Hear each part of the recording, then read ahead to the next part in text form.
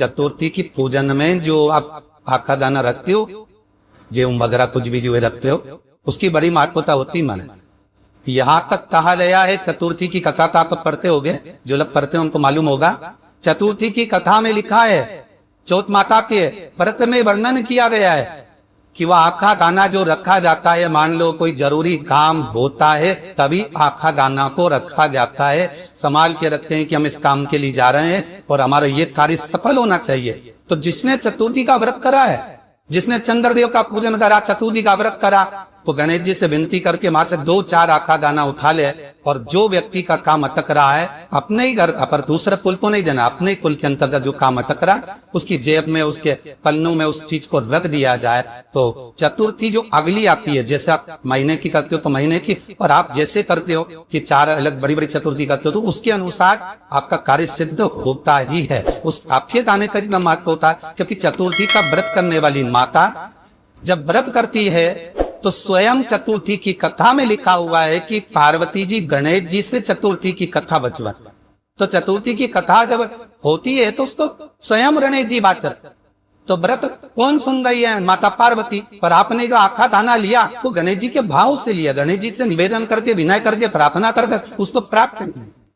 शमी का पौधा, शमी का व्रत, शमी के वृक्ष के नीचे मात्र दूध और जल मिला हुआ जल, शमी के वृक्ष के नीचे मात्र ओघर दानी। अब दुर्गेश्वर महादेव के नाम से केवल हफ्ते में एक बार भी अगर दूध और जल का मिश्रण शमी के पौधे के नीचे कर दिया जाता है तो कहते हैं शरीर में बड़ी से बड़ी अगर बीमारी है, कहीं कैंसर जैसा रोग है या किडनी लीवर जैसा रोग है, कोई भी तकलीफ, कोई काट अगर शरीर में हो गई है, तो शमी के वृक्ष के नीचे दूध का जल थोड़ा सा हफ्ते में एक बार अब दुर्गेश्वर महादेव के नाम से समर्पित कर देने से रोग का निवारण। तुलसी के क्यारे के सामने, जितने लोग बैठे हैं टीवी चैनल के सामने, बिल्कुल ध्यान से सुनिए, तुलसी के क्यारे के सामने और बेलपत्री के पेड़ के नीचे आप अगर 5 मिनट भी बैठ कर भगवान का भजन करते हो, आप जिस मंत्र की माला करते हो उसका फल लाख गुना हो जाता। पहले एक बार जब व्यापार बहुत अच्छा चल रहा था और एकदम बंद सा हो गया, फैक्ट्री चल रही थी, एकदम बंद सी हो गई, मेरा व्यापार ही नहीं बढ़ रहा, तो बेलपत्री नीचे हाथ में रखिएगा, तांबे के कलश को उसके ऊपर रखिएगा, मीठा हाथ उस तांबे के कलश पर रखिएगा, अपना नाम और गोत्र का स्मरण करिएगा। ऐसा कैसा ही पात्र लेकर जाइए, अंगूठे से और उंगलियों से पात्र को पकड़कर बेलपत्री हाथ में रखे रहने देना। अपनी जिस कामना से जो भी व्यापार नहीं चल रहा, जल का पात्र पकड़कर हाथ का स्पर्श कर कर जल श्री तुम्बरूपेश्वर महादेव के नाम से शिव को चढ़ा दें। बाद में पात्र को नीचे रखकर बेलपत्री शंकर जी पे जब चढ़ाए तो इस दंडी के भाग को अशुभ सुंदरी का स्थान होना चाहिए। जोली पसार कर प्रणाम करें, बाबा से निवेदन कर करा। 3 से 4 दिन लगेंगे, जो व्यापार ठप पड़ा था उसमें थोड़ी सी उन्नति होना। गणेश जी की सबसे पहली जो आरती हो, उस आरती के समय पर अगर धूप बत्ती जलाई जाए या गोबरी को जलाकर उसमें गूगल छोड़ी जाए और गूगल छोड़ने के बाद गणेश जी का नाम धूम बड़क कह दिया जाए तो गणेश जी को तुम्हारे घर की पूजा स्वीकार करना पड़ती है। बस वो समय हम तो बस उतना जानते कि शिव महापुराण में लिखा और मुद्रल पुराण में लिखा, गणेश पुराण में लिखा, गणेश जी का एक नाम होता है ब्रह्मवर्ण।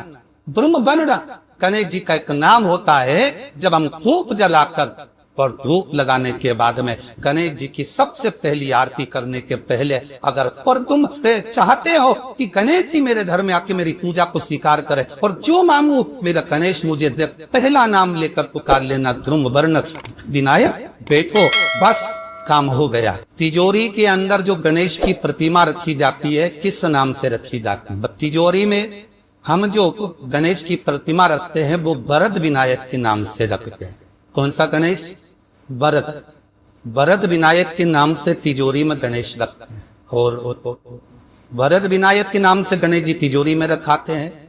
आपको कथा में कहा था, घर में सीधी सुन का गणेश और व्यापार व्यवसाय ऑफिस में और 21 सोंड का गणेश सोना चाहिए। वरद विनायक को तिजोरी में, जब मकान का गृह प्रवेश होता है तो गणेश जी की पूजन जो दरवाजे पर करी जाती है उसे सिद्धि विनायक गणेश कहते हैं। कौन सा गणेश? सिद्धि। जब हम घर में शुभ कार्य हो, बंदर बाल लगाए, कोई दरवाजे पर शुभ लाभ लगाए या स्वस्तिक बनाए या माताएं दरवाजे पर रंगोली डाले तो उसी समय पर सिद्धि विनायक के नाम से रंगोली डालना चाहिए, तो घर में लक्ष्मी बढ़ती है, सिद्धता बढ़ती है।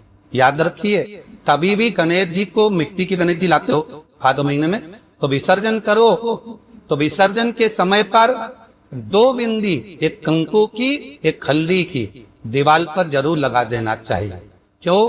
क्योंकि गणेश जी हमारे आते हैं तो रिद्धि सिद्धि के साथ आते हैं, पर जब गणेश जी जाते हैं अगर हम बिंदी नहीं लगाते हैं तो गणेश जी अपनी रिद्धि सिद्धि को साथ में लेकर चले जाते हैं। पति के साथ पत्नी वापिस चली जाती है। जब हम बिंदी लगाते हैं तो उसका मतलब होता है कि हमारे घर की बहू हमारे घर में रहे, बेटा भले भ्रमण के लिए जाए। तो गणेश जी जाते हैं, रिद्धि सिद्धि घर में रह जाती है। इसलिए रिद्धि सिद्धि को घर में रखने के लिए 2 बिंदी लगाना चाहिए, एक कोको की, एक हल्दी। रिद्धि अगर सुनाना है अपने दुखड़े को, अपने दिल की बात, तो कभी किसी बेलपत्र का वृक्ष हो उसके नीचे 2 मिनट बैठ जाना और श्री शिवाय नमस्तुभ्यम या पंचाक्षर नमः शिवाय या सदाक्षर ओम नमः शिवाय वो थोड़ी देर, ज्यादा नहीं बोलूंगा, 2 मिनट मौन होकर बैठना। बेलपत्री के वृक्ष की जड़ की ओर आपका मुख कर लेना और 2 मिनट अगर दुख है जीवन में, तकलीफ है, तो बेलपत्री के वृक्ष के नीचे बैठकर अपने दिल की बात महादेव से, पार्वती से कह दे। गणेश जी की प्रियता है दुर्वा। क्या प्रियता है? दुर्वा। कितनी दुर्वा का गणेश जी को समर्पित करी जाती है? मात्र 5। कितनी? आज के जमाने में लोग गट्ठा बनाकर चढ़ा दे अपनी जगह पर। 5 दुर्वा पंचम इंद्रियों को वश में करने के लिए, और भगवान के 5 जो स्वरूप हैं उनको अपने भीतर उतारने के लिए 5। और दुर्वा में 3 दान। जब दुर्वा समर्पित करी जाती है तो उसमें नीचे दुर्गा की रंडी पर घाट है, 3 छोटी छोटी घाटियां होना चाहिए। 40 साल हो गए या 20 साल हो गए या जब 28 के बाद में लड़का लड़की क्रॉस हो जाए, 29 में 30 में 32 में 34 में 40 तक पहुंच जाएगा और पर विवाह नहीं हो रहा है, तब तक बेल लकड़ी के जो पेड़ होता है, वृक्ष होता है, उस वृक्ष की जो डाली होती है, उस डाली के मनकों से माला बना बाजार में मिल जाते हैं, बेल की माला। उस माला को भगवान शंकर को समर्पित कर कर बेलपत्री के वृक्ष के नीचे बेल कर भगवान इस संसार का पंचाक्षर मंत्र का जाप करना है। कौन सा मंत्र है? पंचाक्षर। पंचाक्षर मंत्र कल बताया था, नमः शिवाय।